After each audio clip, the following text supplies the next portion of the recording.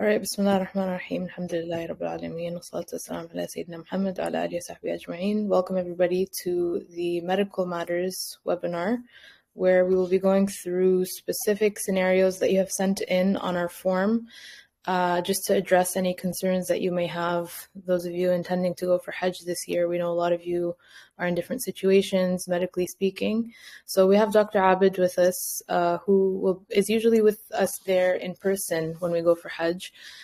He tends to everybody's medical needs in the Hajj with AE group. He's here to answer your questions with Shaykh Abu Eesa, inshallah, as well. So we are primarily focusing on the questions and the submissions that we received in the form. Sheikh, I don't know if you are going to be open to questions at the end or if we're only addressing those in the form. So only those that have been submitted ahead of time. Okay, so we will get started, inshallah, with those. If there are any issues like you can't hear or you're having trouble joining the call, you can leave that in the chat, in the Hajj with AE 2025 chat, so that we can see it. Otherwise, all questions will be those that were submitted previously in the form, inshallah. Whenever you're ready to start, Sheikh or Dr. Abid.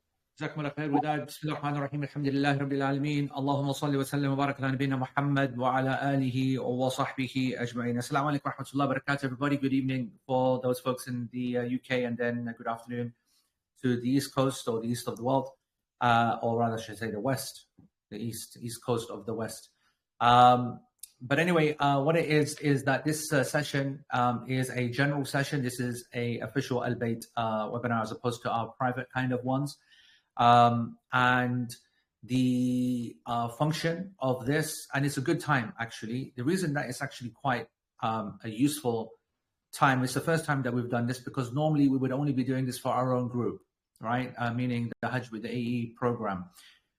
We are obviously very big on the medical side of things. Half of our team are medical professionals, covering all disciplines, and we have a lot of experience in this as well. And so we have a huge emphasis on medical physical preparation, and then dealing with things over there. We have like daily clinics and the like. And that's very important for me to say that this is not necessarily the other programs you need to check with the other partners and the like. This is our standards, what we do. And then pre the Hajj, we have a very extensive consultation program with all of the women that go, and allow them to choose with a consultation service, basically, on what menstruation or what products or what pills that they need to be considering based upon their specific menstrual concerns, whether they are menopausal, premenopausal, perimenopausal, young, just starting off, whatever. All of those scenarios we'll be covering in a lot of detail, combining the fiqh and the clinical. But this session, we decided to make it general to all of the Al-Bayt family. And also because there's such an opportunity in terms of time, everyone's sitting around waiting. Everyone's evenings, generally, I think the culture of preparing for Hajj in the Nusuk era, we found this in the last couple of years as well when it opened up, that these last kind of couple of weeks, we're just looking for the opportunity really to have something of benefit every evening. So it made sense to do this early and open it up to everybody so that they can all benefit, and to make sure that if there's any specific information that you hear in this, it might help you then also get a particular program. For example, you might be planning a 18 or 19 or 20-day program, but based upon this, you might go for a 10-day program, for example, or we might need to bust a few myths along the way. The man to the right of me is Dr. Abid Sami. He's not just our team doctor. Obviously, he is a very experienced physician, and there's many folks that are experienced physicians and consultants and the like. Especially in our group, we do find a lot of medical professionals, but clinical knowledge is only one thing, and practice on the ground is something entirely different. One of the nice things about one of my old friends, he is the doctor for Al-Hidayah. He is an A&E consultant, right? There will be other programs that will have doctors along the way, and you need to check. Every program should have a team doctor, right? Or every partner that you approach for the program that you're interested in should have some kind of, I mean, it's not obligatory. I don't want to make it out there's an obligation, but it's one of the things that I would be considering myself.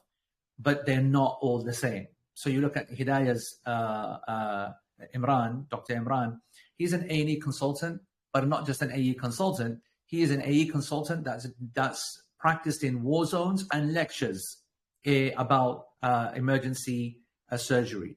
Now, I'm not saying that it's that bad out there in Saudi Arabia, but what I do want to say is that, you know, folks that are a little bit too prim and proper and a bit too prude, and they're dependent so much upon certain standards of sanitization and the like, that has to go out the window when you're in the field.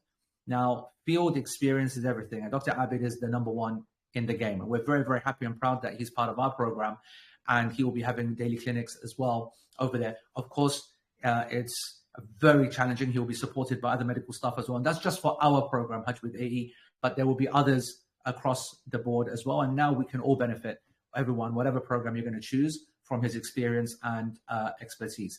So how we're going to do this evening, we're not going to go on and on like the normal Hajj with AE kind of programs. This is Al-Bayt. We have, inshallah, Nusayba, who's going to hopefully crack the whip and make sure that we're all kept disciplined and not go on too long. I'm going to give a intro into what everybody needs to consider and pretty much cover 90% of the people that have sent the form in with their medical conditions in my little kind of intro to the game. And then what Dr. Abid is going to do is that he's going to then take some of the specific ones that he's going to be just checking now because they're still coming in on the link, and you will see that in the Al-Bayt channel, all right? And so we're not going to go on the mic. We want to, of course, respect anonymity. And if you do have a specific condition that you want assessed with our experience, you got to put it in the Google form. It is a live one, and we will consider it. But like I said, 95% will be covered by what I say now anyway. And then the very specific scenarios, we've got a very few kind of ones that need to be addressed specifically as patient X and patient Y. Then we'll speak about those. So how do I want to start this? Folks, you would have seen in the webinars that we've covered so far and in the messaging that I've been putting out on the various channels, it was never meant to be the case that people are meant to do Hajj when they're old, right? It makes no logical sense, neither Islamic sense. It doesn't make any clinical sense. This is absolutely something that you start life with and not end life with, like we all understand from our cultural kind of backgrounds. It actually doesn't matter. I mean, I can speak from a South Asian Pak kind of background, Desi style, but it's across the world. The Muslim world, the more practicing of the folks of them, whatever the culture and ethnicity that they come from, will always be prioritizing Hajj because they see it as an obligation. Whereas the less practicing, regardless whether they're Arab or Kurdish or Somali or Paki or whoever they are, whatever they are, all right, they are always putting it back later. And the idea of the title of Hajji being a big burden upon their necks, so they don't want to have that title unless they're really practicing their deen fully, and they don't want that pressure to be practicing their deen fully until they're close to dying, is of course an absurdity, but it's an absurdity that all of us are cursed with in our cultures and societies. And obviously what's going to come as a result of that, a massive risk of falling into haram all the way, a massive risk of actually not fulfilling a key pillar, which some scholars even considered an act of kufr to keep ignoring, but also getting to an age where it's just not possible for people to do. And that's something that I want to start off with. If you are that ill that you can't go outside, even with assisted help, how on earth are you thinking you're going to go to do the Hajj, even if this was the most easiest act in the world? So you've got to be realistic, and you've got to be fair upon yourself and everybody else around you, your family and partners and Hajj organizers, that this is not the way to treat them or to treat yourself. And it's certainly not the way to treat Allah subhanahu wa ta'ala when he put an obligation upon the people. And that is something that a person should take personally, and they should feel offended or patronized if that's what you're feeling right now, because you didn't do this right. Unless, of course, you are someone who very early on had made the plan, genuine in your intention, didn't have the funds, didn't have the means, whatever, whatnot. Then it came, then you got struck by an illness, and that's been keeping you out of the game. Well, that is excused by Allah subhanahu wa ta'ala. You are excused, and it never becomes obligatory upon you in the first place. So that's, I think, the given that we need to deal with straight away, so we can move past that. Now, for everyone, I've been telling some of my own group here in the private webinars. Last year, we had a couple of athletes with us, right? We had the captain. I know you're going to laugh. There's actually a Pakistan football team. I know that you're thinking, what the hell? But there's a Somali football team, right? And they're proper, they're professional, they're FIFA ranked. And we had the captains of both, right, on our program. I mentioned this because they were super fit, right? I've also done this with other professional sports players. I think you took Adil Rashid, yeah? So Adil Rashid, for example, who's T20 #1 bowler in the world right now, just to understand his status. England, I mean, international. So he's an international sportsman that has to have his fitness checked every single week, right? Even though he's as desi Punjabi as it gets, eating curries all the time, but mashallah, he does a fantastic job of keeping himself fit. These people did Hajj with us in the last few years, okay? And even they struggled, because everybody will struggle. It doesn't matter how fit you are. The truth is that for the last 10 years and for the next 9 odd, maybe 10 years, you're going to be ending up doing Hajj at the most difficult time you could possibly do. The 10-year period where the weather makes a significant difference is going to be out of the range of us, and we're not allowed to be saying, you know what, I'm going to wait 10 years until it gets cooler. You've got folks who have been messaging saying that they have very significant skin conditions, they've got very significant X, Y, Z. You can't wait 10 years. You are either someone who's going to speak to your consultant. We'll come to that later about consultant advice, but you can't wait 10 years. Either you're excused or you're going to have to get it done as soon as possible, because the conditions are not going to change. Now, what we expect this year, when you are in the days of Mina and Arafah and intense walking and the night of Muzdalifah, the daytime will be over 50 degrees centigrade, which is something stupid Fahrenheit. I've got no idea how to translate it. 120, 100 and whatever. I don't know, right? Something crazy, something beyond normal human standards, something that by law, even these Middle Eastern Gulf countries by now are making sure that they are not allowing laborers to be out in the intense sun. And you will be out in the intense sun. Everything that you've heard, everything that you've understood, it will have to go out the window, because that's the only way that the Hajj will occur. The temperature at the daytime might go even higher than that. The 2023, it hit 56, 57 degrees. Last year it was like 52, 51 on the day of Arafah. The nighttime is also in its high 30s. It's incredibly hot heat. Thankfully, it's not humid heat, so breathing is not too much of a problem, but it's very, very hot and debilitating. And you are, especially the males, very exposed from a skin point of view. And so dehydration is a major challenge. So we'll cover all of these points, but just to conceptually get yourself ready.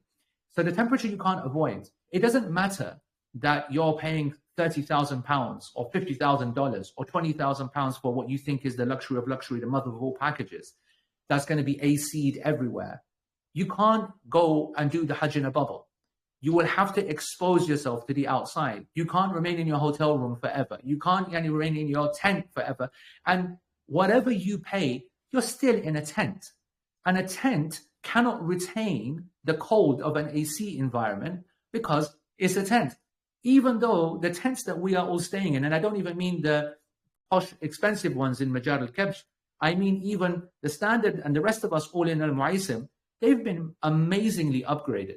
And when I say amazingly upgraded, I mean not with people cleaning toilets and with buffets and things like that, which they have as well, but I mean meaningful upgrades. So a meaningful upgrade is, I'll give you 3 actual proper, we're very, very grateful for meaningful upgrades. The first one, a proper AC unit that actually is not just a cooler, which is blowing kind of air or removing hot air, which is the massive, huge unit that you've seen from all of the old photos. I mean a proper AC like the one that your auntie's got back home in Pakistan, that kind of AC. That was the first upgrade. The second upgrade is that they started to remove as many as possible of the tents, plastic material type substance, whatever it is, which was not that great at maintaining the cool, and they replaced them with dry walls, plaster walls, which is 100 times better.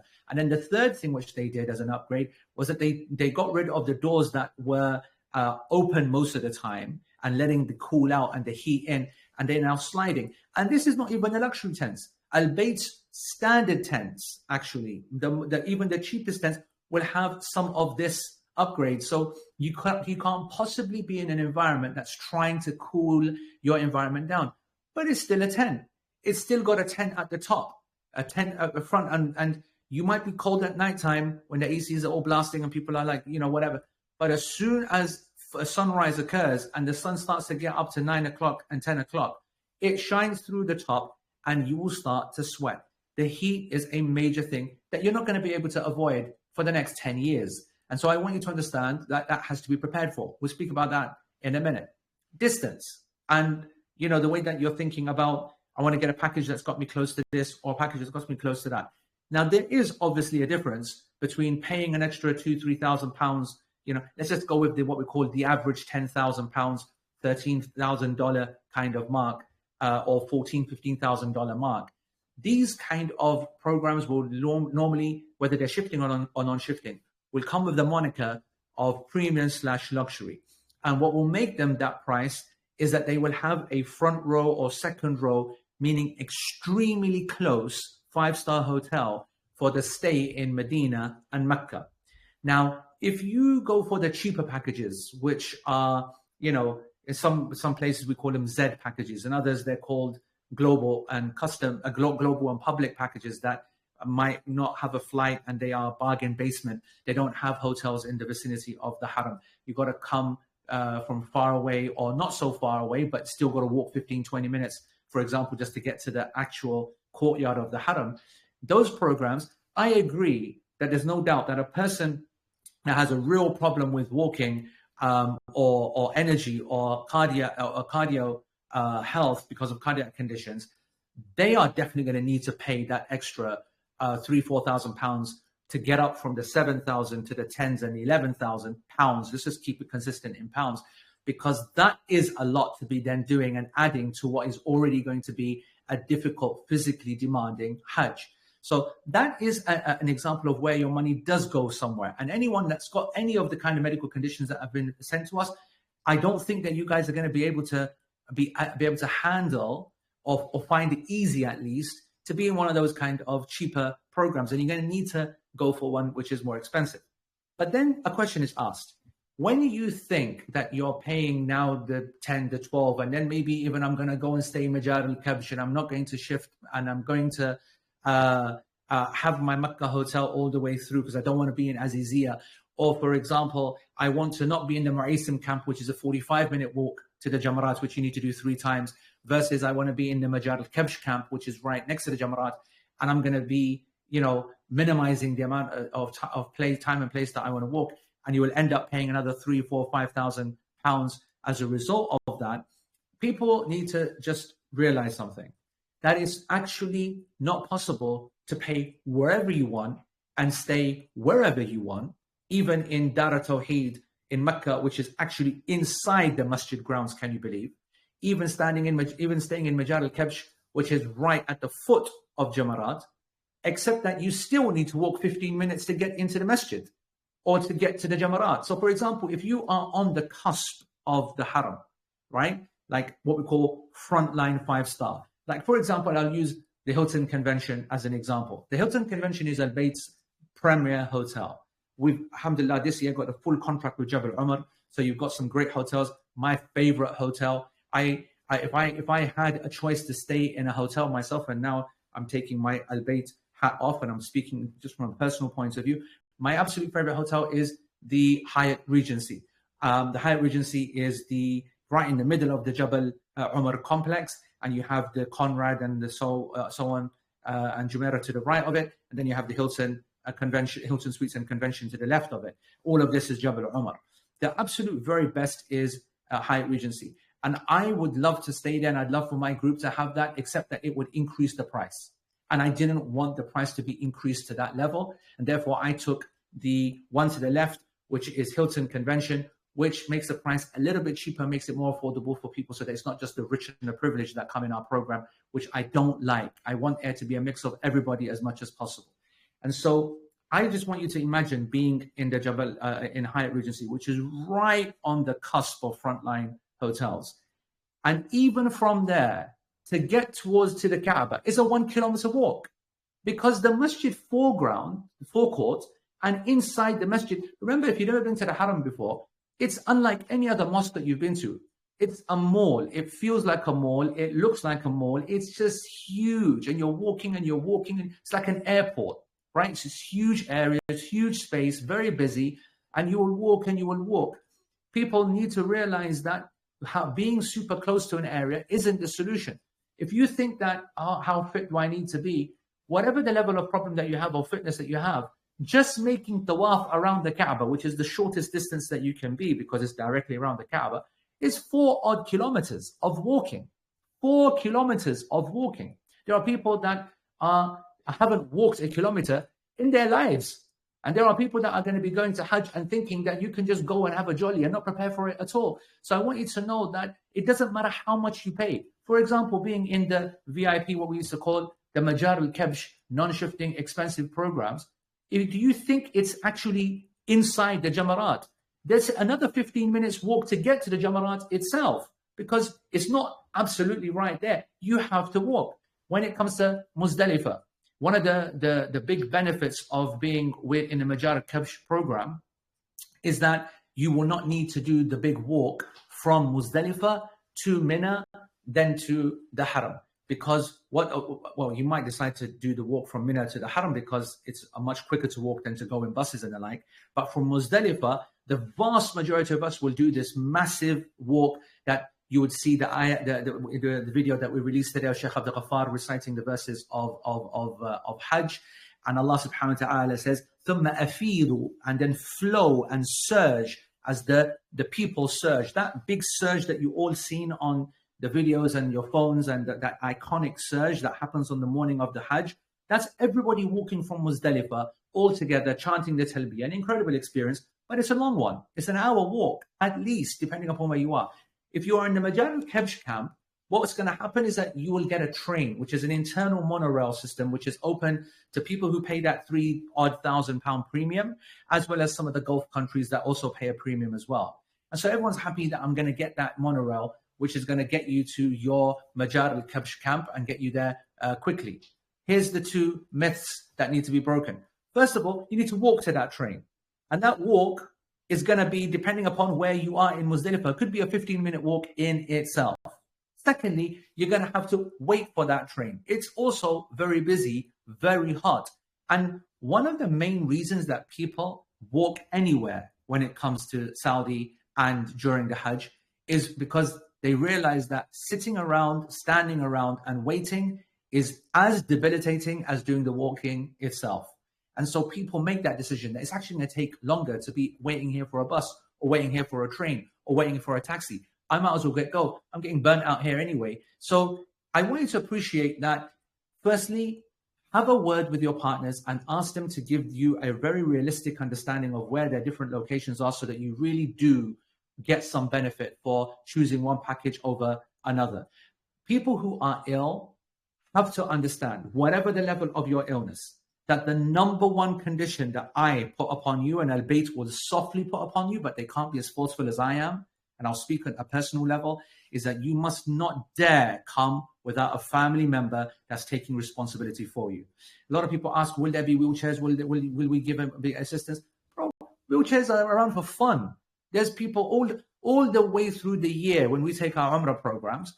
All of my group in the Umrah program, I will get them to buy wheelchairs and donate them to the masjid. And that, by the way, is being done by everybody.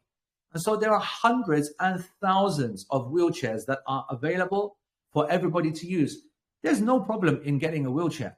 There is no problem buying a brand new one yourself and then you giving it away. The problem is finding someone to push that wheelchair. The problem is who's going to take your mum if you've brought your mum, okay, and it's just used to, and I'm my mum's carer. Okay, you have to go to Medina, right? And Medina is a gender-segregated masjid. It's a complete separate area. And you're not allowed just to leave your mum dumped in some area in some kind of way, and that's it.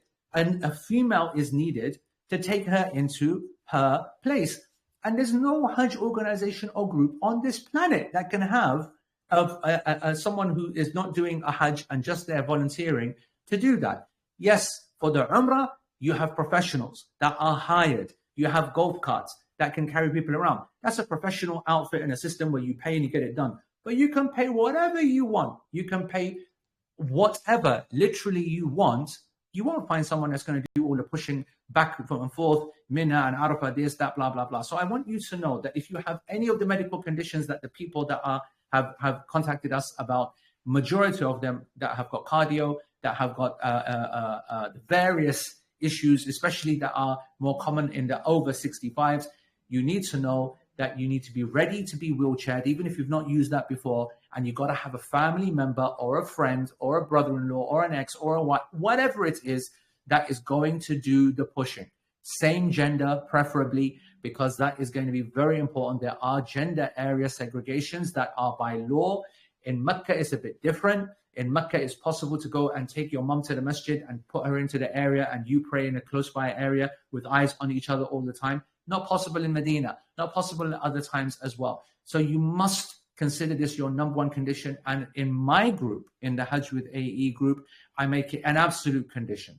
That doesn't mean that there's not going to be people to help your helper, right? If I'm there and I see your helper struggling, I will take over, because that's what we do as a group. We will help people, and there'll be other Hujjaj that will also step in. But you can't rely upon them. You cannot rely upon anybody else to be pushing a wheelchair of your family member. And if you're signed in right now here, sending your parents and not going yourself, thinking, I heard such great things about Al-Bayt, they're going to look after, they're not looking after anybody. They can't possibly do that. It's just not physically possible to be pushing a person the whole Hajj. And so this is very, very important for everybody to understand. So having said that, and not wanting to make it longer than it should be, all of the partners and the programs will, inshallah, have a responsible approach to your physical preparation. I'm not going to go into that because for my group, we will have a very detailed one, and that's going to be done later in separate webinars post-Nusuk. We're going to be, of course, focusing on physical fitness. And I'll say this for the benefit of everybody. Your preparation for physical fitness has to be as extreme as you can possibly imagine, and then add another 50%. Because the physical strain of walking constantly is going to be more than just you doing 10,000 steps. What you need to be doing over the next 4 months is devising a plan. Obviously, for the Hajj with the E folks, leave that plan to us. We've got it. But for the rest of the folks that are going with other programs, you need to hold them accountable and make sure that they've got a program that is able to reach you, graduate you in May, where you have done a 50,000 step walk. That's not me saying that for fun. That's not me exaggerating. Those who are in my chat group know that the 2023 and 2024 Hujjaj that are there, that have joined of their own will and just wanted to give advice and help you, have been mentioning this thing, how long we've been preparing, what they ended up doing. And not just that, you need to be physically preparing for that level of exertion. And don't make the mistake and say, well, it's a good thing I'm not going with you guys. I'm going with XYZ package. There will be scenarios where you'll be in the most expensive and the most luxurious package, and you will yourself make the decision that there's no way that I'm waiting for this coach that is stuck in traffic. And what did you expect it to be when there's 3 million people on the streets on a particular day? The best way to have and do and experience the Hajj is to always be physically ready to do everything yourself. And so a system of physical prep like we will be doing, and like most of the partners will be offering, will be taking you from 10,000 to 50,000 steps, and that being done before the Hajj. In addition to this, you wearing layers all the way when you're doing this. Layers. I even went to the level last year where I asked people to have a bin bag underneath themselves to block the sweat, because at that, it's the only way in our environments, maybe not so much on the West Coast in the States, you guys can probably get away with it, but the rest of Europe and the rest of us, we have to create something crazy to allow our bodies to sweat. And that's going to be a major issue. There are certain things that we just cannot recreate. So for example, Dr. Abid will be mentioning this, many, if not all of the women especially are going to suffer from huge swollen feet, swollen limbs. It's going to be a real problem that there's very little that you can do other than create heat stress, create physical stress, of course, in a graduated manner, of course, under the advice of your consultant and what you're able to do. That's part of the physical. In terms of what you're going to be bringing with you, I'm going to be making sure that everybody is bringing copious amount of rehydration with them, whether sachets or tablets, glucose tablets, energy tablets, dextrose tablets, sachets and sweets and the like. They are expensive, but they are a brilliant investment, and they're going to be your best friend at the key moments.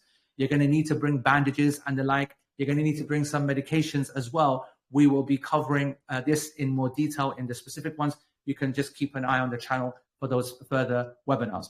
So I think that's what I want to say from an outset. In summary, physical preparation for the biggest obligation of your life should be a given. Nobody would expect to jump into a new job or jump into something important without preparing, without researching, without getting ready. This is a massive physical challenge. The Prophet ﷺ was not joking when he said that it is a jihad of the women, for example. It's more difficult for them, ironically, because they are having to be covered in that level of heat. They are having to be covered in terms of their skin with more layers of clothes. It makes it tougher in terms of the heat. On the other hand, we can now, in our modern kind of version, are able to make use of the women not having to be in a white ihram, 2 sheets, to be able to cover themselves and get a little bit of help from the oppressive, really oppressive heat. So these specific recommendations we'll go into later in the smaller webinars. Now we'll, I think, start addressing some of the specifics. Is there anything that I mentioned from a general point of view? No, I think we have got most of it. But the only thing I will add on this one is, I think a lot of people have given a lot of questions. The most important and for me is, a lot of people have put down, or they will start preparing, they are not fit enough, they walk this amount, they walk this amount. Why you're not prepared? This is once in lifetime opportunity for you. It is physically challenging. There's no doubt about it. Any package you go for, it is physically absolutely challenging.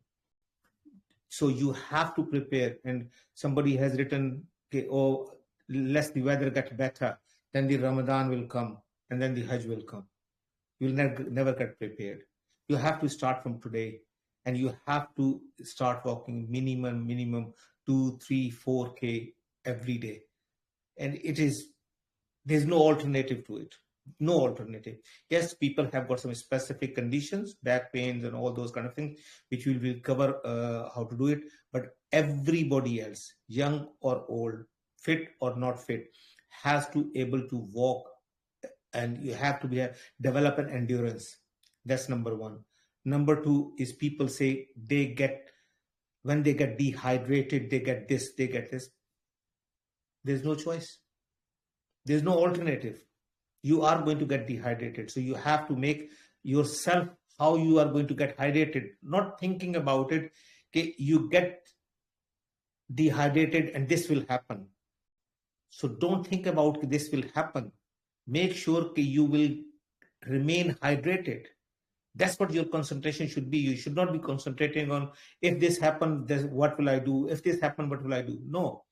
Think about in a positive way. Yes, I have got this condition. How I am going to avoid it? Because there is no alternative. Third thing is heat. Oh, I can get this in heat. No choice. It will be hot. It will be very hot. I will not want to put people off. Never in our Hajj, Shaykh has been for 26 times. I have been 6-7 times. We have never seen people dying of heat stroke before lying on the roads. It happened last year. We have seen people severely suffering with heat stroke. I just want to mention something about this, guys. This is important so that you understand what happened last year. What happened last year, so every year there will be a number of people that will try to do Hajj illegally, right? And we're not here to judge, because it's crazy expensive, and you can understand the motivations of people wanting to do that. What does that mean? It means they come on like a tourist visa or an Umrah visa. They come a couple of months early, and then they stay over. They stay hidden, they stay amongst friends, they stay amongst communities, and then they basically, get around roadblocks, they get around whatever, and they do the Hajj on the slide. And that's been happening since donkey's years. It's a known thing. For whatever reason, last year, they announced that they were going to have a massive crackdown. And every year they claim that. But last year they went mental. It was on the streets. It was like it was like a curfew. There were 10, I remember that we went into Mina and we did a quick, like a recce, did some reconnaissance of where we're going to stay. And we found more police officers than Hajj. There was like hundreds of thousands of police officers. And they were going around and they were scanning and checking. Now there's a new system. They give you like a barcode and all the rest of it.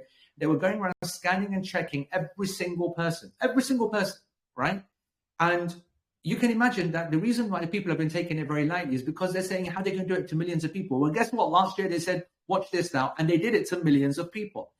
And all those that were illegal, they then realized that this wasn't a joke anymore. So what do you think they did? They then started to use the routes where the police were not there. And the Hajj authorities, obviously, they're stuck between a rock and a hard place. They obviously don't want illegal folks to be there, right? At the same time, they have put up facilities. They know very well how difficult it is. There's helicopters, ambulances everywhere. There's free water being given out. There's water fountains. There's shaded areas in as many places as possible.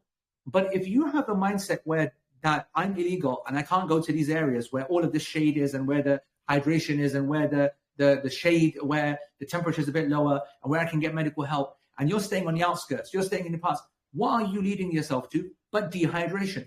These people all died because they were either unable to or because they were afraid of being in the areas of calm, coolness, and rehydration. So to pick up on Doc's point that the dehydration is going to happen to everybody, there's no point you dwelling on that.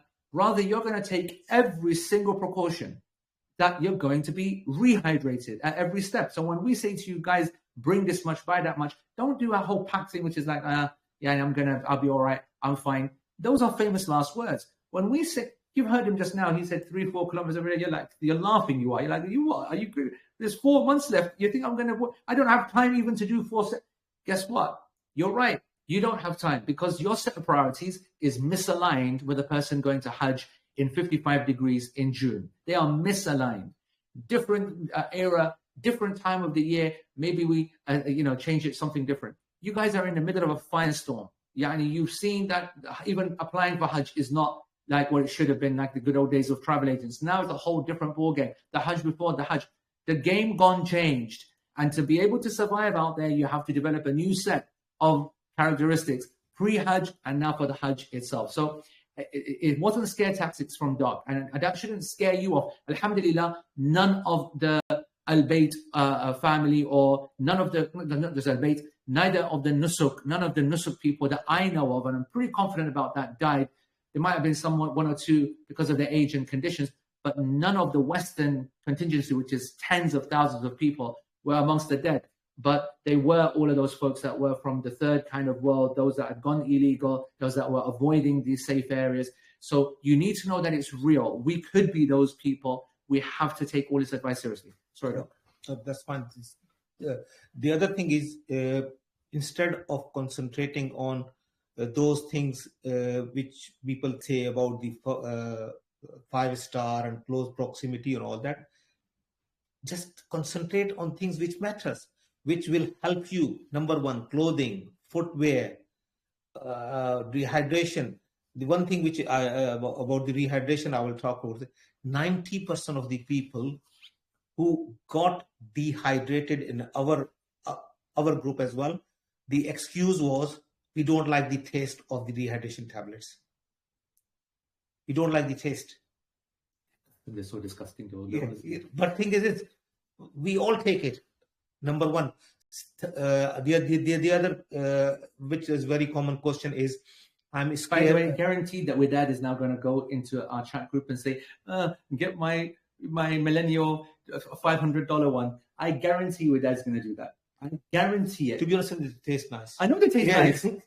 Bougie, that's what they're looking for. Yeah. Bougie type ones. Ignore all of Widad's one. Get the cheap and nasty ones. No. Footwear is very important. Just and buy it now. People, we get messages us at the last minute. Oh, what shoes you will wear? Whatever shoes you like. Softest one with a foam comfort with arch, heel arch. Buy it now. Get it used to of it rather than bring it to the Hajj brand new. So all these things are important. Rest of it we'll cover individually but preparation is more important than thinking about, okay, this will happen, this will happen. If your intention is there and you are willing to go and you are absolutely prepared for it, I don't have any reason to say you can't go on Hajj, but prepare for it. Just prepare for it. That's what it is. There's no, lot of people come to me actually before the Hajj, especially the ladies. Oh, doctor, I don't like taking the medication, but sorry, I can't do anything. If you don't like taking the medication, what can I do? Because we have discussed this in depth about the ladies' problem with the consultant. To be honest with you, the professor and the gynecologist, we last year had consulted both of them thoroughly with several different consultants. Heat and anxiety and stress change the hormonal changes in your body. And how your body is going to behave, nobody knows. All consultants have said our research and our books does not say the people start bleeding during the Hajj. But we have seen it. Last year in 2023, I have got over 200 ladies. 70 ladies started bleeding at one time within just before the Hajj. 70. We run out of medication. So these things are going to happen. You have to start planning for those kind of eventualities now. You have to consult your clinicians now. You have to make a plan now. If you have got any serious condition, like some people have mentioned here, they are on immunotherapist or biological treatment. You have to consult your consultant. You have to have a plan and care plan in place. Okay, if you go on Hajj and you have got neutropenia or you are immunocompromised, what's the option you have? You are going to get cough. You are going to get infection. You are going to suffer there. So what will be the alternative? Yes, we as our group, what we do, I can briefly tell you, we start clinic from the day one. From Medina, we arrive there. From first day, we start doing the clinics every single day, and we take medications from here. We prescribe medication there, and we have got good contacts with the pharmacists there. They dispense us. Antibiotics are not available without prescription there. So the first and foremost thing is family. If you have got medical condition, when you arrive there, familiarize yourself with the health facilities available in the Saudi. Where are the hospitals? Where are the clinics? Because that will be important. You might be expecting the Al-Bayt people or the Hajj with A people will take you there. Yes, we might do, but we might not be available because there are millions of other Hajjaj with us. Sometime last year, what happened is we advise people, okay, you can do this and you can't do this. Limitations. Know your limitations. Yes, we sat down with the people. We told people, no, you will walk and you will not walk. You will do stoning later on, or you delegate somebody to do stoning for you. An hour later, we were in a camp. We got a phone call. My wife has collapsed. What do you mean by your wife has collapsed? We told her not to come. No, she said everybody is going, so I wanted to come. And she collapsed on the elevator. And we could not go there because that's on the way back, and we were miles away from that place. They waited for the ambulance for nearly 2 hours, and then somebody helped them and all. So what I'm saying is, you, number one, have to have a care plan. Number two, have to have clear idea what your limitations are. Number three, when we advise, or any doctor advise or clinician, listen to them. Because they are not saying because they don't want you to do things. They are saying because they have seen you what you can or you can't do.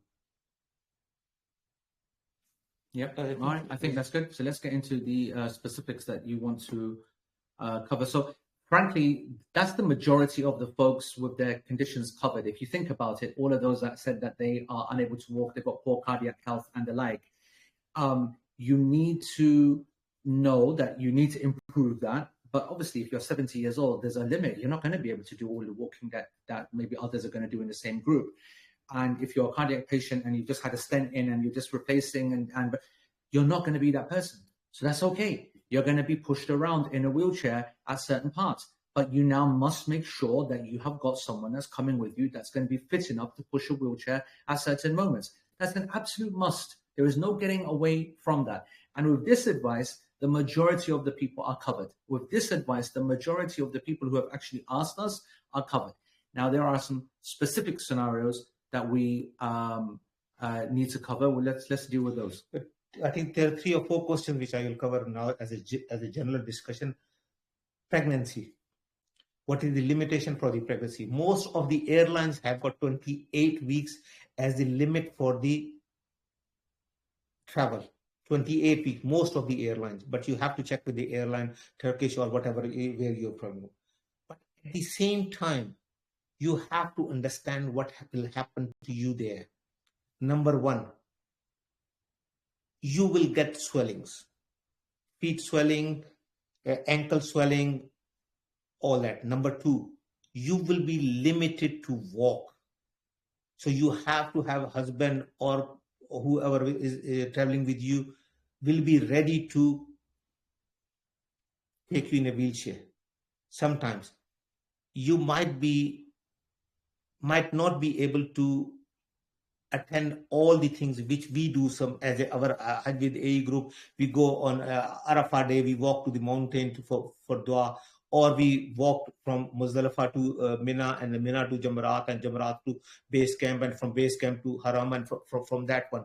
You might not be able to do that one. We might be asking you, no, you are not able to do that. You have to do the next day. So you have to know the limitations. You have to know what you can and you can do. You can't do. But the 28 week is the 6 month. I think there are 2 or 3 ladies, two ladies have mentioned it. One is 27 month pregnant and one is 6 month pregnant. You might be okay to travel in by airline, but what you wanted to do there, you have to understand it. It's not only a tick box exercise of, yes, I went on Hajj, but last year we had one girl who came in, I think she was 5 months pregnant, and she did the Hajj without any problem, and she had a fantastic Hajj. Actually, she was we were worried about her, but she smashed it absolutely on that ground. Some people have mentioned about the back pain. It depends on how severe you are or how much you can walk and all that. Then if you can't walk because of your back pain, if you can't stand for too long, then you have to make a decision about what kind of package you will have. Unfortunately, if you suffer with back pain and you can't walk too much, it will be very difficult for us to join our group, because we do quite extensive walks. I just want to, let me clarify this, folks. So in our program, we've got many characteristics, but 2 of the more dominant characteristics of our program. Remember the Hajj with the E1, so I'm not talking about the Al-Bayt family, because we have loads of different programs, and you've got to get clarity with all of the all of the organizers on their side. Let me speak now just with Hajj with the E hat. Our program really does like practical movement over hanging around and being dependent upon anything or anyone. I want you to understand what this means. That means that if I'm ever given a choice between waiting for a bus or a coach for a long distance and it being doubtful coming, and that's always the case in Hajj, you never ever expect these things to come on time or correct, or the traffic or last year, for example, there was a crash that took out 100 coaches. That meant that they had to then, the road got blocked. And this was last year for Arafat and Muzdalifah. We were not able to get to Muzdalifah until 3 o'clock in the morning. Thousands of the Westerners, because the entire road was completely run off because of crashes. This is what happens at Hajj. You've got to be ready for absolutely everything. And so as a group, because the people are more practicing, and when I say that they're more practicing, that means they're more younger. And if they're more younger, generally, then it means that they're more active and more willing to do the walking. So then they're going to take that option of not wasting precious time waiting around. So that's a kind of a highlight of our group, which can obviously mean that folks are going to be feeling left out when they are not able to take that opportunity. Because there will be some people that when they finish from Muzdalifah, and they're going to look at the scenario of the whole rest of our group who are all going to walk, because there's no coach there. When you're in Muzdalifah, there's no area for coaches. And they're going to be in that scenario and say to themselves, well, I can't walk because I'm in a wheelchair or I'm paralyzed. We have amputated people with us, by amputees rather. So obviously they can't do that. So what they're going to do, they're going to have to wait for the coach. So they then start to feel a little bit kind of left out by that. Now, they don't need to but psychologically, of course, it affects everybody. So that's one point I want you to know. The second is that our program is all about extras. So we're all about adding extra value. We've always said from the very beginning that our program is absolutely the opposite of a tick box one.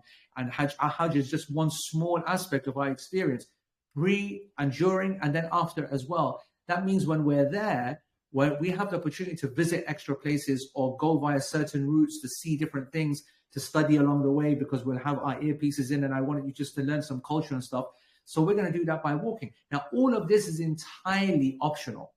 So, for example, when we arrive in Medina, I will take us the next day on a mega long walk. And it's the first real walk in real-time conditions that allows me to gauge the fitness of our group. That's going to be in Medina when it's at its quietest, and the walk is still a 4-5 mile total walk, which will have different options of how you do it. It's an optional event. It's in Medina. It's something which is very nice and the people are looking forward to because they've read about it, seen it, people have told them about it, but it's not for everybody to do.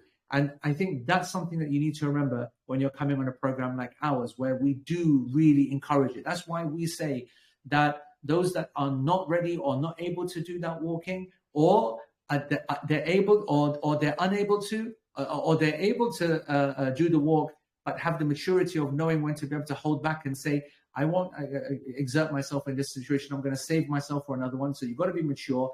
That's the kind of people that we want in our program, and probably more suited towards those folks. And if there are ill people, we've had some very ill and elderly in our program, but they always had someone with them. If you do not have anyone with you other than your elderly partner, so your husband or your wife who's elderly, and therefore nobody to take care of you, then this is probably not the program you're going to enjoy the most. And that's why then you look at the wider Al-Bayt family and you start doing that kind of research. So just be aware of that point.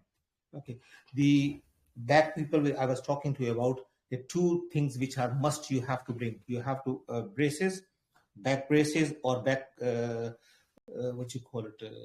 Straps? Straps, yeah, back straps. You have to bring it. There's no alternative to it. You must have it. Number two, the people have mentioned they can't stand for too long. Yes, these stools are available everywhere, but please make sure, look at the options in Medina and Makkah. In the stores, there are different stools are available, but if you can buy it from your home country and you want to carry everywhere, that is the best idea. Just get used to of that one. 2 points which I think we should have mentioned before, but I will mention here. These are the physical issues, but emotionally side as well, which is very, very important. We sometimes neglect because we are emotionally charged. We were going on a Hajj. First thing is prepare yourself. Number one, don't think you can change Saudi government or you can change the Saudis. First thing is we in the West expect few things. Or why don't they do this? Or why don't do this? Why they should do this? Nothing is going to change by whatever you feel. So get your mind ready for it. Okay, that's the way it is. That's the way it has to be. Or why they are shouting at the that old lady in the Haram, or why this people are not waiting for the queues. Just accept it. Just accept it. That's the way it is. You can't change it. Don't worry about it, because if you mentally get bogged down in these thoughts in your mind, that will disturb you only, and that will ruin your Hajj.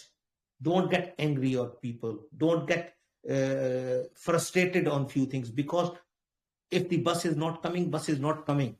Just relax, sleep. Number two is sleep deprivation. Plan your sleep. Whenever you get a chance, sleep. Don't expect that you will get an 8-hour, 6-hour flat sleep. No, you won't. So get yourself paced into that. In the day of this year, in the day of Hajj, we didn't sleep because in Muzdalifah we arrived at 3 o'clock. We didn't sleep, but we carried on the next day as well. But sometimes these things are going to happen. So get your mentally prepared for these things. And when people are fatigued, people are physically tired, the real purple come out. The real you come out. The anger come out. We have seen people getting angry, frustrated. Even 2023, whole Hajj went very well. Everything was fine. Our luggage coach truck was lost.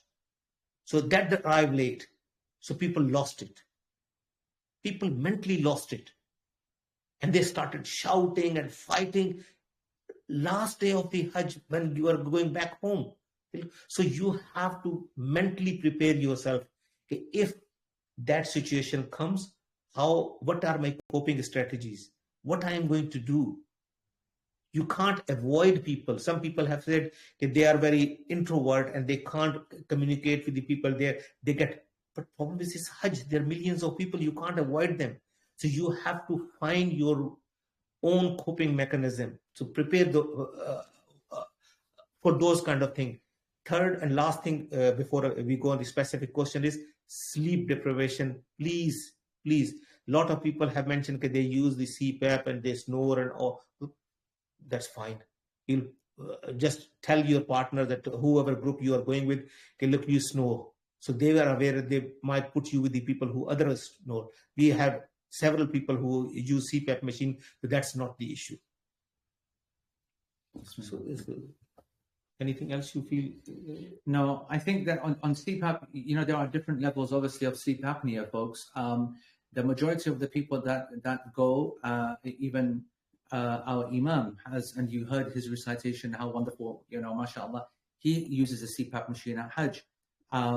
And we do room folks together. It's very important that you follow the instructions when you're asked to give details, especially my group. You should know by now that I'm very militant on everything. When I send my form out to you folks, make sure that you're very detailed and very honest, and you will have the best experience if you follow it and fill it in correctly. But just on the CPAP thing, most people use a CPAP for a better night's sleep, not because it's a life or death situation. And so therefore, you can't take your CPAP machine to Arafah. In Muzdalifah, there is no ability to be able to use it. And so, and most patients of sleep apnea would not die by not having it on for one night or 2 nights. So it's going to be managed fine for 90% of your trip. So don't need to worry about that at all. Just make sure you fill in all the forms. The other question which I think a lot of ladies have asked about the urge incontinence. There are 2 ways of managing that one. Number 1 is you get less urge in Hajj because you sweat a lot. So you because of the sweating, you lose a lot of water. So there is a less urine to pass. So that's number 1. So there is less. But at the same time, there are a lot of medications available, but they all come with a side effects, dryness of the mouth and all that. You have to consult your clinician. Make sure you will have some of those medication available to you. Unfortunately, there are some side effects of it, but the good options to have. There's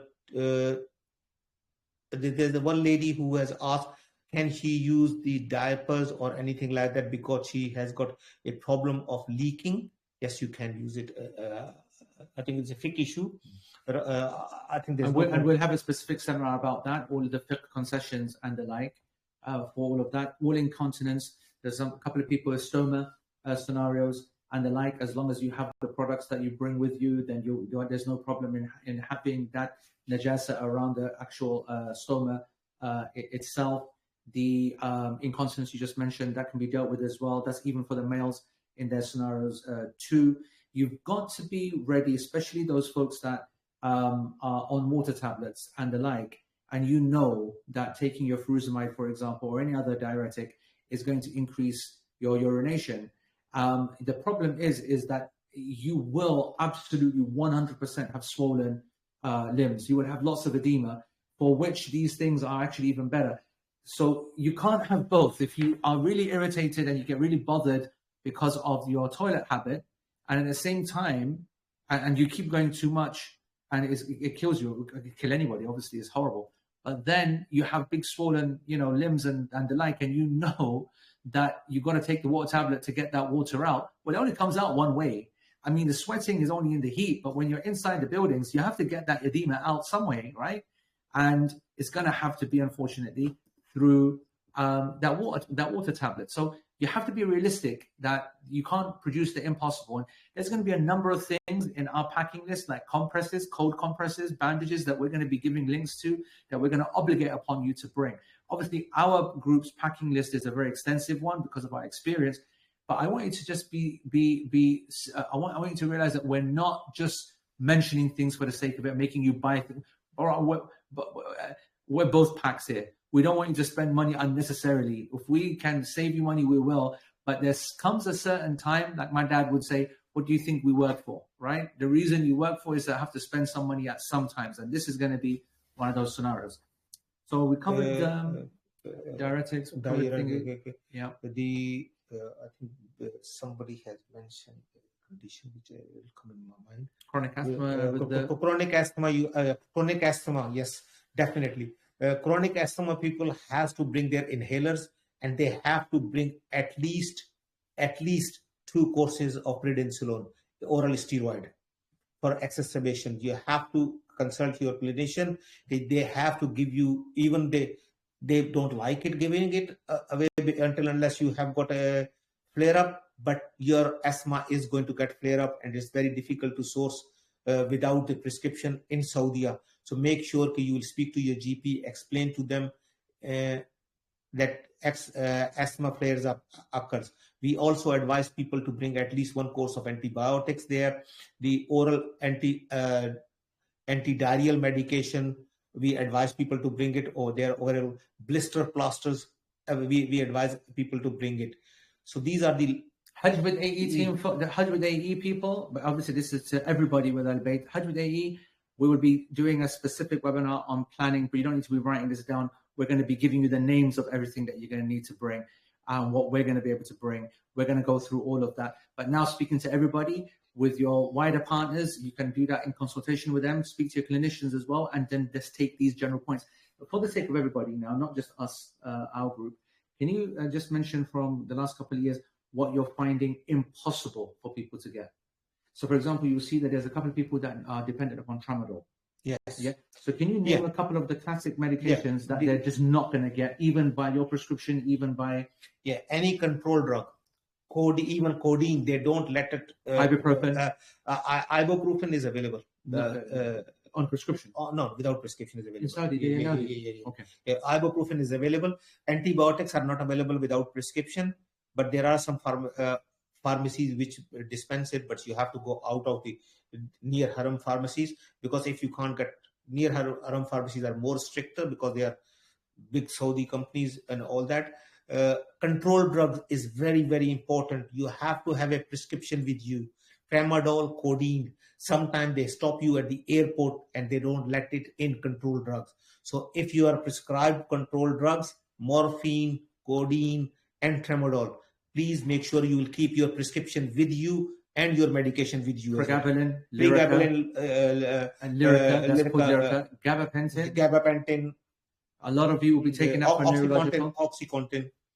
So some people will be taking it for sciatic pain. Some people will be taking it for very basic neuralgia or trigeminal neuralgia type pain. Gabapentin and Lyrica are controlled drugs in Saudi Arabia, so you need to have a prescription or a letter from your doctor that says this is okay to take, so then be aware of that.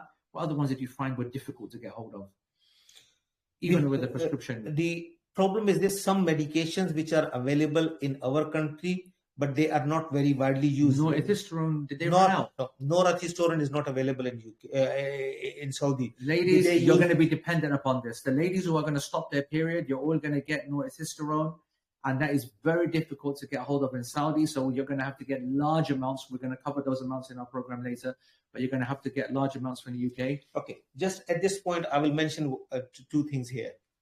Last year we had this scenario as well, and I'm not against people who does not like taking medication, and I'm not in favor of people who take medication. So it's a neutral position. Problem is this: just think about it. Everything expands in heat. When everything expands in heat, unfortunately, the people who have got regular pattern of cycles, okay, I have calculated it. I am going to start from this date to this date, and I'm safe. Nobody's safe, unfortunately. We have seen it time and time again. The people who has calculated the days and they say, okay, I have consulted my Shaykh, and even Abu Eesa has calculated the days, sit down with them and mention to them, yeah, that's fine. If you don't take the medication, your periods are not going to come in those days, and you will be safe. Unfortunately, because of heat, because of stress, because of everything expanding, because your body is releasing the hormones inside, because of the stress of the heat and Hajj and all that, people start bleeding. So you have to prepare yourself what you are going to do this in those scenarios. You have to have a fatwa from the Shaykh, from the fiqh point of view. From my point of view, I'm a clinician. I overtreat people. A lot of people come to me and say, oh doctor, but my doctor said, good luck to you, go to your doctor. I am here in front of you, and my job is only and only one, to get you fit for the day of the Arafah and bring you back to Mina camp after those Hajj days. My job is finished. And the minute I see people started symptoms, in UK, if you go to a doctor, or it sounds viral, let's wait for 2-3 days. Unfortunately, we don't have 2 to 3 days. We don't have 2 to 3 days. So we treat lightly on the first few days. Then we have started from Medina. When we go to Haram, when we see the Hajj days are coming, we start aggressively, and then just before the Hajj day, I call it short or strong medication. We treat it very hardly. It's unconventional, but we just wanted to get the job done. What I'm saying to you is, if you will come to me, I will treat the way I will feel appropriate. You might not like it. Good luck to you. What I'm saying is, I'm not asking anything other than whatever I don't believe in. And you can ask any question to any of the people who have come with Hajj with us. We try our best, but at the same time, you have to know your limitation. You have to know your health. So the asthma situation, yeah, we covered that. Amputation, there was a couple of amputees, and those that have some prosthetic limbs, again, your capacity is going to be limited, and you need to have someone else with you. One question. There's somebody has mentioned they are on warfarin. What kind of facilities they are available? Unfortunately, your INR will be a big problem in there. There are some machines available which are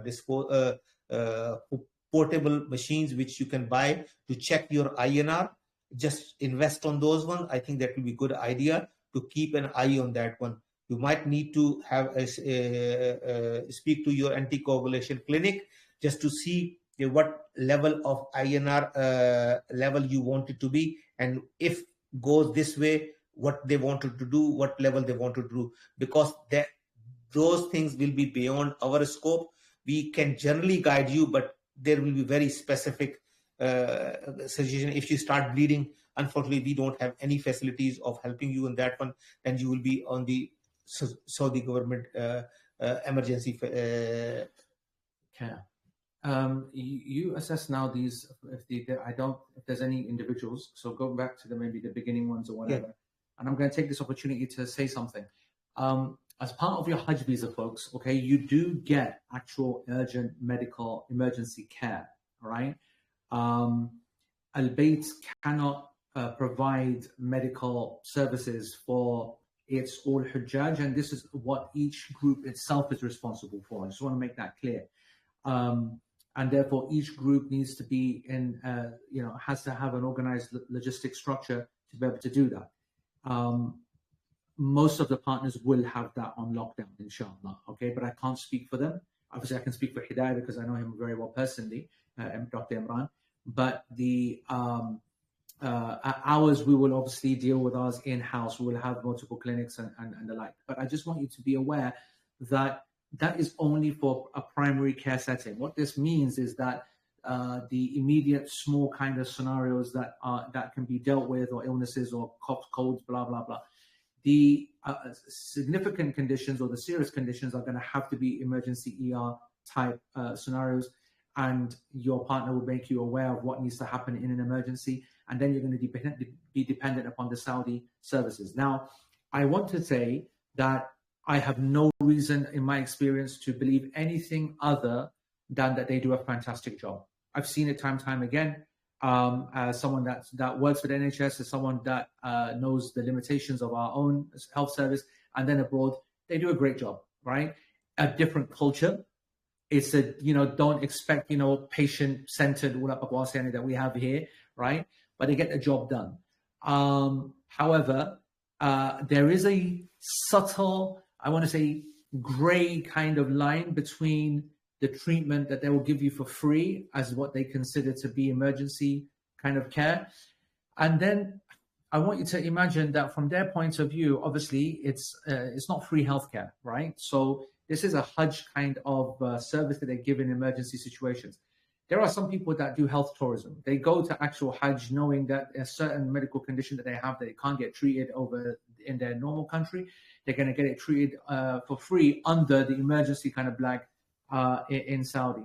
Most of the time they'll spot that, and sometimes they'll put a bill out there, and someone might not have intended that even, but what might happen is because they have very poor cardiac health and the like, and they are susceptible to a certain condition, they go into hospital with another emergency situation, then that other condition gets exacerbated, and then they're now very sick because of that condition, and that does not come under emergency care. That is something that was a pre-existing kind of susceptibility in that person, and then they'll charge you for it.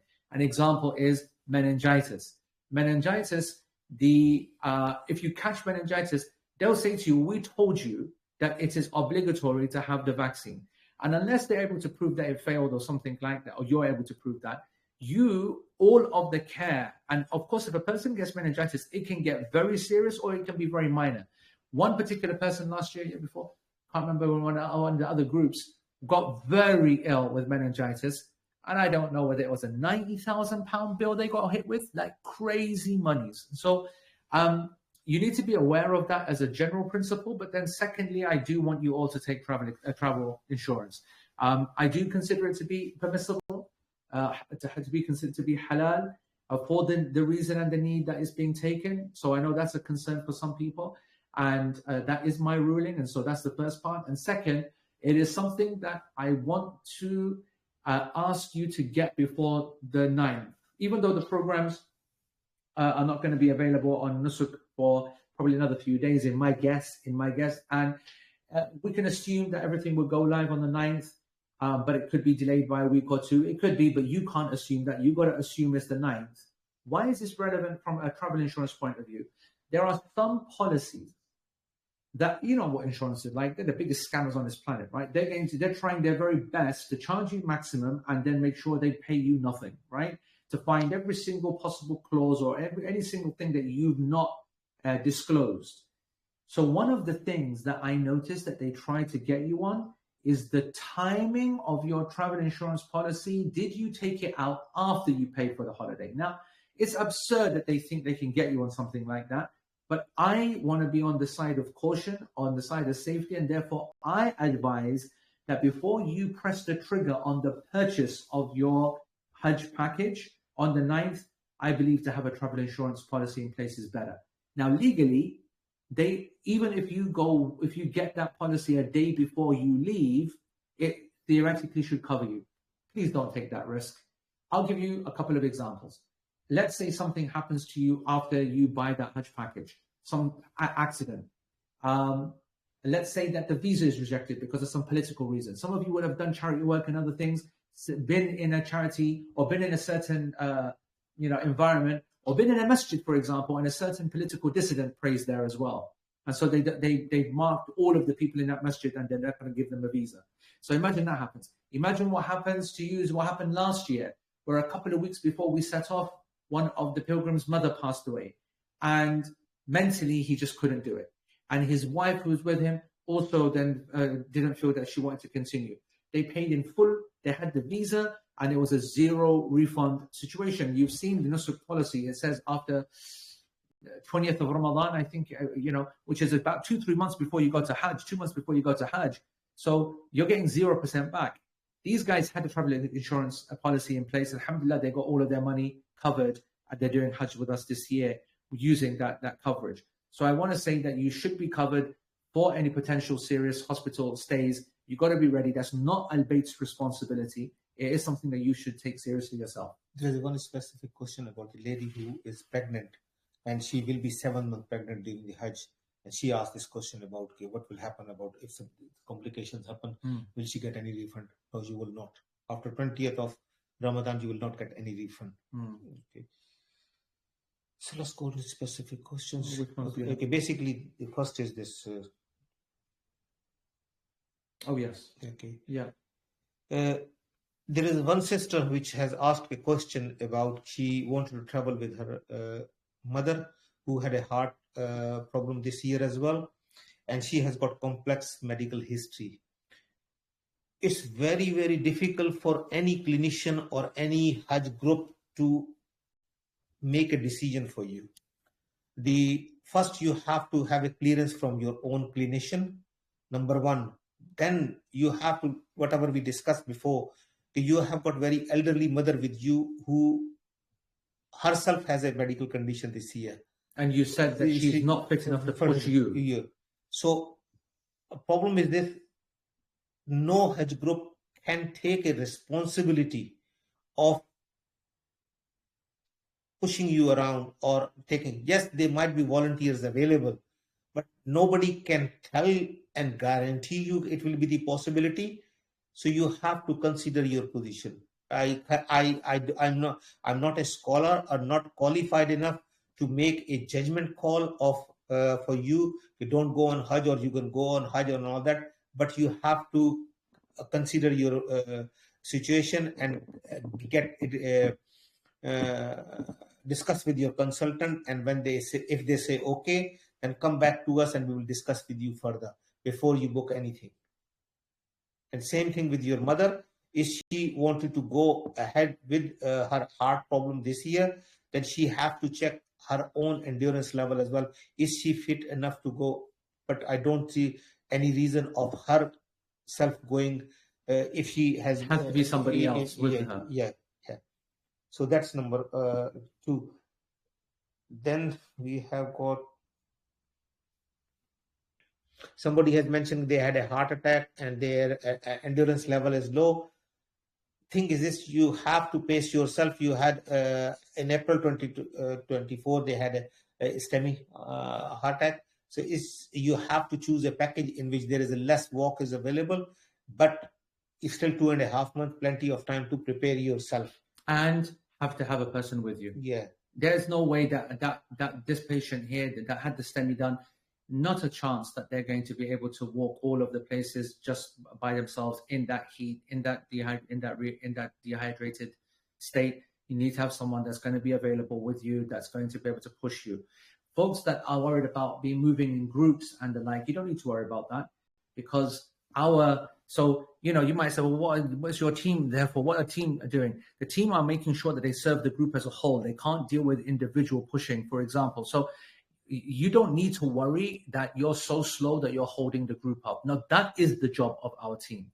So if and there will be the like, you know, we'll call it the mobility group, although the chief will use a different word for it. But if there's like a group of 20, 30, 40 people that with their helpers, with their family members that are got problems, they will be the back end, right? And there will be our team. This is what our team is obviously big enough to do that, right? Other programs might not have that same. You've got to check, but we'll have one or two of our team members that are going to always stick with them, right?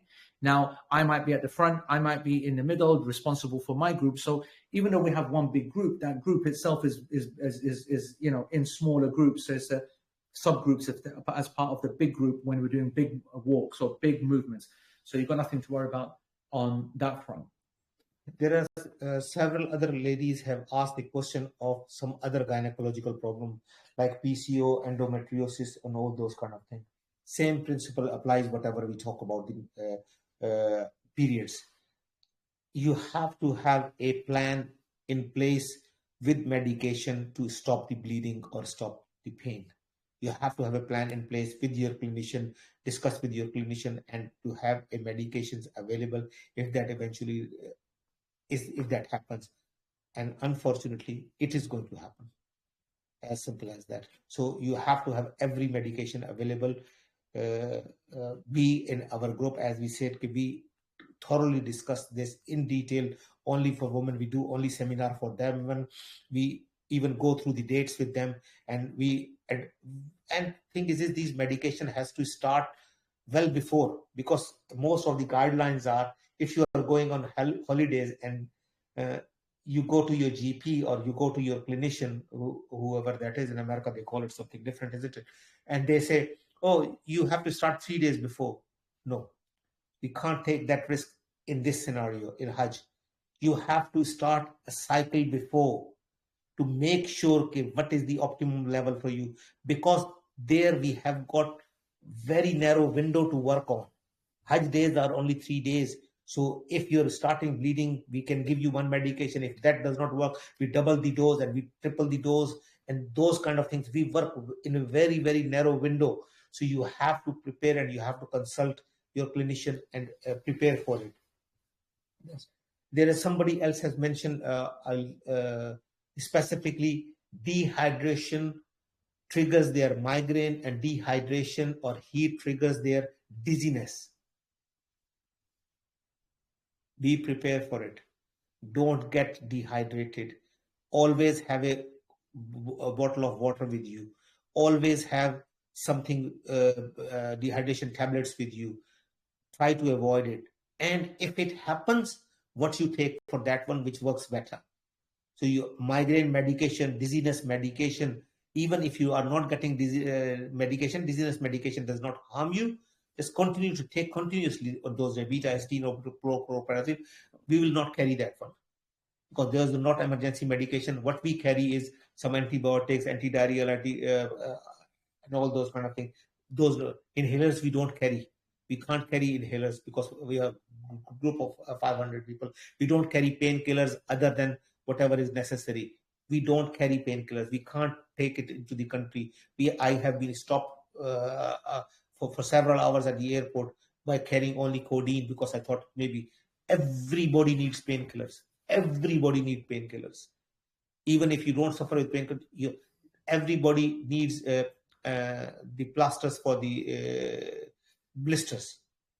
We do a specific clinic in Mina. For the first of the day of the Hajj, next day from morning to the evening, the only thing I do is blister plasters, a blister clinic, whole day, cutting the blisters, plastering all day. But that is for our group only. But okay. Check with your you can find the next few. Check with obviously your program that your doctor that you're comfortable with them going to have that. Obviously, this is very limited availability for anybody, any doctor. On the issue of there was another person that said about their sleeplessness or sleep deprivation produces some kind of what's the word? It exacerbates their ADHD and it exacerbates their kind of mood and the like. And there were some parents that were concerned about that scenario as well, or elderly parents that were for their grown-up kind of children, that the sleep deprivation could worsen those conditions. Again, similar to what Doc has been saying, there are certain things that are out of our control. Hajj is all about being deprived from sleep, and a person has to get used to it. And getting used to it doesn't mean that they start practicing from here, but it means that, well, like what Doc said, is that when you get any opportunity, you sleep. So as opposed to browsing on your phone, or as opposed to just going around shopping or whatever, excited that you're being part of a group that's doing kind of stuff, you have to be responsible and boring sometimes, and just go to sleep early. You have to do certain things. There's we haven't actually got close to prepping yet. We have a massive program for prepping. The irony is that our group itself is a great resource for different products. One of these people in our group, I had a major FOMO. I read that they had, I can't remember who it was, but they said that they got these amazing earplugs with a loop, and I couldn't resist. And they bought it from Temu, so I went and bought myself a pair as well. I mean, I don't even know. I've got like hundreds of earplugs, but I went and bought some. They're arriving tomorrow. I can't wait to try it. These kind of things in terms of prep, of how to actually try to manage the situation, we as our own group, and then just the general Hajjaj in your group, whatever partner you go with, hopefully they have the same kind of platform, and then you'll be able to discuss those. But from a prep point of view, everything that you're hearing, if you're with us, Hajj with AE, please don't message us and say, right, what's happening, because you will have further seminars, webinars with us, and a lot of detail to be covered. Okay, remember, this is for the benefit of the wider group right now, so that they can start preparing. One thing, I think it might not be relevant for the medical side of it, but emotionally I will touch it on. We get a lot of young moms, and first time they detach from their children, and it is the Hajj experience becomes too overwhelming for them, and they get upset and very easily. Believe you me, nothing is going to happen to your children. They must be having good time with their grandparents or whatever. You don't ruin your Hajj by just thinking too much, overthinking about it, and get yourself mentally right. Okay, it's once in a lifetime opportunity. Just enjoy the Hajj, enjoy the rituals. Don't get into this your head, oh, what will be happening there? Will he be sleeping or not? Or he will be eating or not? Or will be drinking milk? Look, if you have made the intention, and if you have made a decision of coming, just concentrate on that one. Don't get that into it, because that comes time and time again to us. And the person is really emotionally affected now, because if they were planning on a 14-day program and they now say, man, no, I can't do it, and I'm going to get a 10-day program, that's the epitome of madness. It's absolute madness that you are going to change something. So like a program that you must have researched and spent a lot of time, you like the team, you like the organizers, you like the scholars, you like the locations, you like the airport, all of these various things you've spent covered. And this is the 14-day program, Makkah first. I want to go to that, but you know what? I can't do it. I can't leave them. What do you actually think is going to happen? And, people, they say, how dare you say things like that? What do you mean, how dare? I have more right to say that than you do. I have more kids than you have. I'm Western as well. If you were saying this to someone who's Desi born, he'll look at you like you absolutely lost your mind, right? Anyone from any other culture other than the fragile West will be looking at this thinking, what the hell is going on with these people? Okay, I am one of those fragile born in the West folks as well. So I can relate, and I do miss my kids. But what difference is it going to make for another 4 days or another extra week or not? And we project our instincts as parents onto our children, who genuinely couldn't care less. Yeah, they might have a little sad moment here and there, and if you have a phone call, but then 2 minutes later, stick the TV on there, flipping, buzz it, happy as Larry. So be careful, folks, that you don't become victim to your emotions. Some ladies have mentioned about the toilet facilities because they are of incontinence or urgent incontinence, and will they have to wait and this and that. Look, two things. First, familiarize yourself where the toilets are. In the Haram, in Medina, in Mina, in Arafat, and in Muzdalifah. Wherever you are, familiarize yourself where the toilets are. Number one. Also, ask your guides what is the best time. Just 10 minutes before the salah is not a good time. When everybody else is sleeping, yes, that's the best time. Go sometime 3 o'clock in the morning and have a shower or toilet. Yes, nowadays the facilities are much, much better for last 2 years, but unfortunately, it's a queue system. Just before the salah, it will be long queues. Go at the time when the dinner time and lunch time is, because everybody will be queuing for the lunch, and you go toilet and get ready. Or you should know where they are, because if you have to go, then you don't need asking and then get anybody. So get yourself prepared for it. There's 2 or 3 people have mentioned about some bowel problems. Either it's a Crohn colitis or pancolitis or ulcerative colitis or some even severe piles as well. Problem is this: with these conditions can flare up due to some diet, some hydration, or due to stress as well. These are going to get flare. So what you think about is, what can be the worst scenario for me and how I manage it? Number 1, have an antibiotics with you, have a steroid suppositories or oral steroids available to you, because that can be prescribed by your consultant or your GP. And with piles, what works for you? If you suffer with piles, what is the medication works for you? Bring it with you. Think for the worst and bring it for you. Bring it with you, because these things are going to get worse there.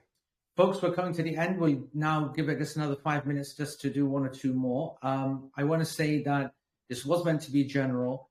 The big takeaways are that everybody needs to have a conversation with their consultant if they are serious conditions, and with their physician or GP, and make it very clear to them about what you're doing. You're going to say that you're away for 3 weeks. Just use the word 3 weeks. It doesn't matter how long your program is. You're away for 3 weeks. It is incredibly hot. It's 55 degrees. There's going to be risk of dehydration, and there's going to be lots of physical exertion. And I need to be prepared. I need extra medication to be given. I need permissions. I need extra letters for the medication I'll be taking. You need to do that by yourself. No group, no family, nobody can do that for you.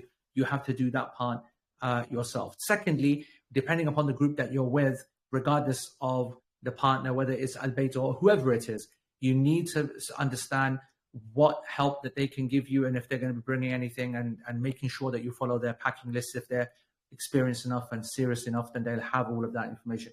Again, for everybody that is Hajj with you don't need to worry about any of this. The physician side, you absolutely do need to. You need to get all your permissions, all of your extra medications, all of that. But we'll be covering this at our own pace over the next 1 or 2 months. There are lots of thick questions there about the spotting, bleeding. Unfortunately, this is not the forum for that one. We are concentrating on the medical side of the fiqh side of it. If it happens, all the groups which are coming with Al-Bayt have got scholars with them. So they will be covering those fiqh issues there. So that's why we have not covered it here. Some people have mentioned about the diabetes, insulin. Yes, insulin, you have to bring the packaging or the containers, portable containers with you, in which you can keep your insulin. They will be available. Mental health, Parkinson's, and spinal compression issues have been mentioned by 1 or 2 people. You have to judge your own condition. Unfortunately, nobody can make a decision for you what your physical health is, and then decide to think of a package in which you have to stay minimal time for that kind of a thing. In this broad scenario, it's very difficult to judge and make a decision based on that one. Yes, there will be some limited walking there in every group. Let me take up on that. When a person has a very significant condition such as Parkinson's or such as Alzheimer's or something which is a very physical whatever, then yes, there is a way to mitigate that, and that is, like Doc said, getting a program that's only 10 days.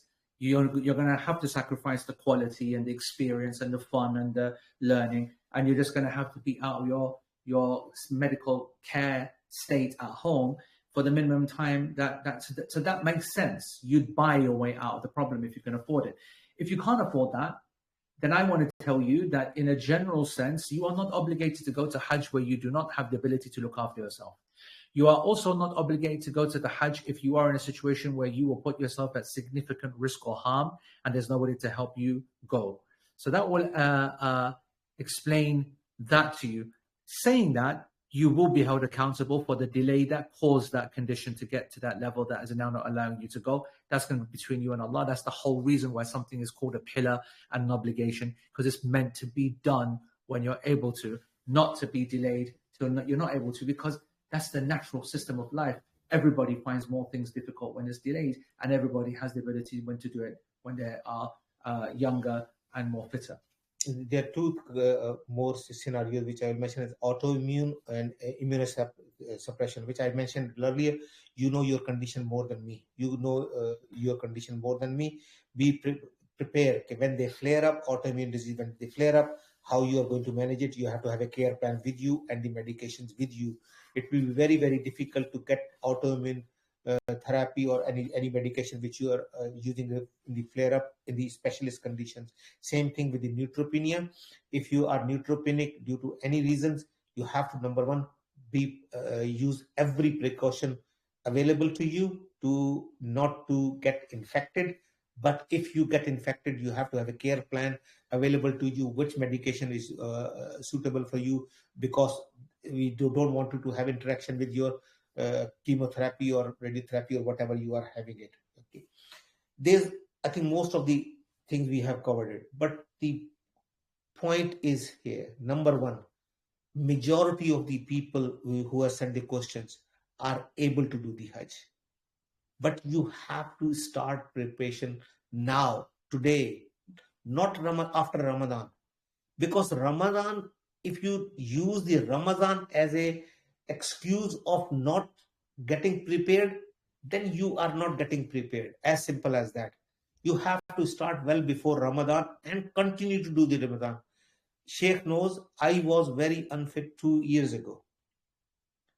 But I suffered in one of the walks and I stopped. And one of the Hujjaj told Sheikh, Dr. Sami is struggling, Dr. Abid is struggling. I stopped. But I promised to myself that I will not let this happen again. In Ramadan, I did not stop walking for more than 20,000 steps. Last year, in our Hajj group, our sister Vidad, who you must be familiar with, have started a competition 2-3 months in advance of people to record their walking steps. And every day people were recording their steps, and people have submitted the steps up to 50,000 steps per day before Hajj. Before Hajj. Can you imagine?